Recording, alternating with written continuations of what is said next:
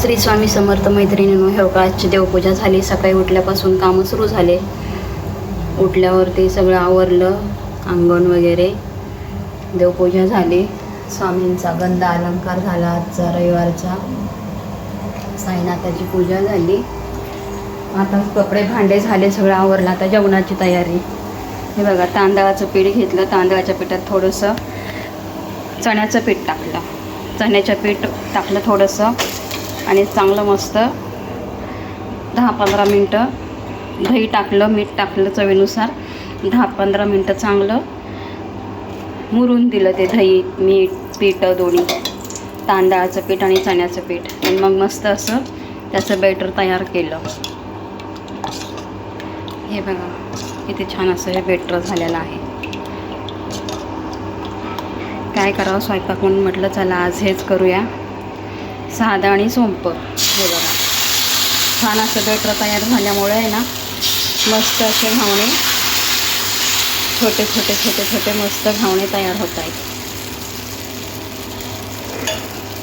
थोडं तेल सोडलं आणि असं झाकण ठेवलं की मस्त असे उलटतात चांगले घावणे.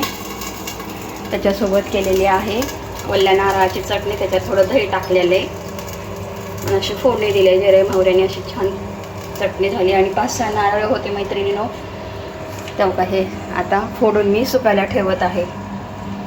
छान असे खोबरं निघले. आता हे सुकल्यावर सुकं खोबरं तयार होणार. आणि एक मैत्रिणी तुम्हाला रेसिपी सांगते. मी परवा असंच 1/2 किलो बाजारातून आवळे आणले. बघूया म्हटलं करून अगोदर होतं आहे की नाही या. पण छान झालं हे. चाळणीवरती वड्या जशा उकडतो ना तशा आपण मी हे 7च मिनटं आवळे उकडून घेतले. नंतर त्याच्या अशा फोडी केल्या आणि त्याच्यात साखर टाकून 3 दिवस पूर्ण त्या साखरेच्या पाकातच ठेवलं मैत्रिणीनं हे आवळा.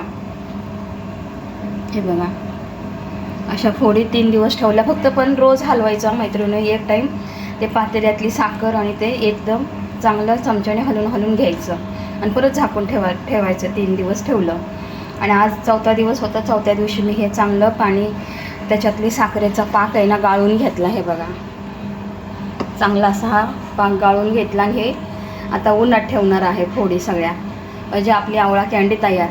आणि हे साखरेचं जे पाणी आहे, आवळा पाणी, तुम्ही हे सरबत करून पण पिऊ शकता.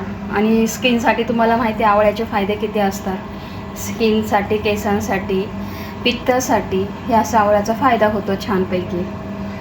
आणि आता हे खोबरं पण मी सुकायला ठेवत आहे. इथं चटणी केली आहे. आता हे बघा हे घावणे तयार झालेले आहेत. हे असं घावणं पण तयार झाले छानपैकी. हे असं ठेवलं आहे. गंध अलंकार छान झाला आहे स्वामींचा. व्हिडिओ कसा वाटला मैत्रिणींनो कमेंटमध्ये सांगा. आणि लाईक करा, फॉलो करा, सबस्क्राईब करा मैत्रिणींनो. श्री स्वामी समर्थ. धन्यवाद.